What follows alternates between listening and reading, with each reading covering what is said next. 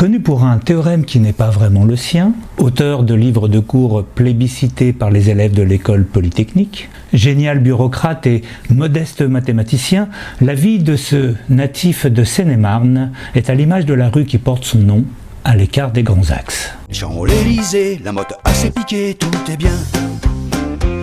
La Seine a ses péniches, Montmartre a ses angliches dès le matin.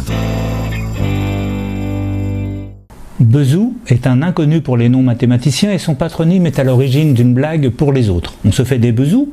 Étienne naît à Nemours le 31 mars 1730. Il étudie au collège de sa ville natale et termine sa scolarité quand son père, magistrat, décède. Il monte alors à Paris pour enseigner les mathématiques et d'Alembert le remarque. Étienne écrira 2 mémoires sous sa direction. En 1764, le duc de Choiseul le choisit et le charge de réorganiser la formation des officiers de la marine. Lourde tâche qui tiendra Étienne éloigné de ses recherches et de ses travaux. Son cours complet de mathématiques à l'usage de la marine et de l'artillerie aura un grand succès, nous le disions, à Polytechnique, mais aussi à l'université de Harvard qui le choisit.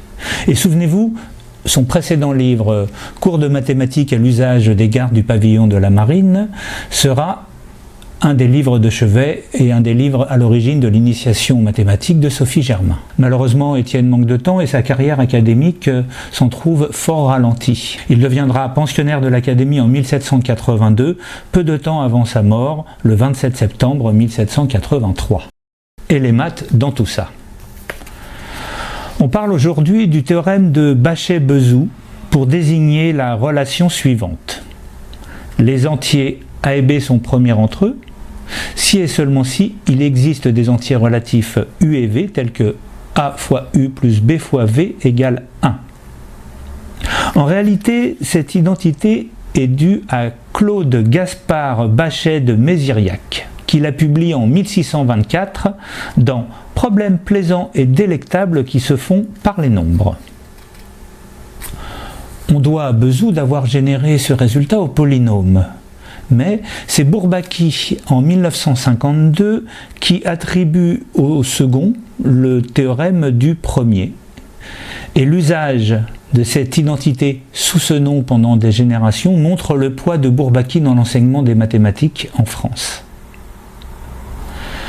Voilà, c'est la fin de ce petit épisode. Si vous avez aimé, n'hésitez pas à liker, abonnez-vous à la chaîne pour la suite.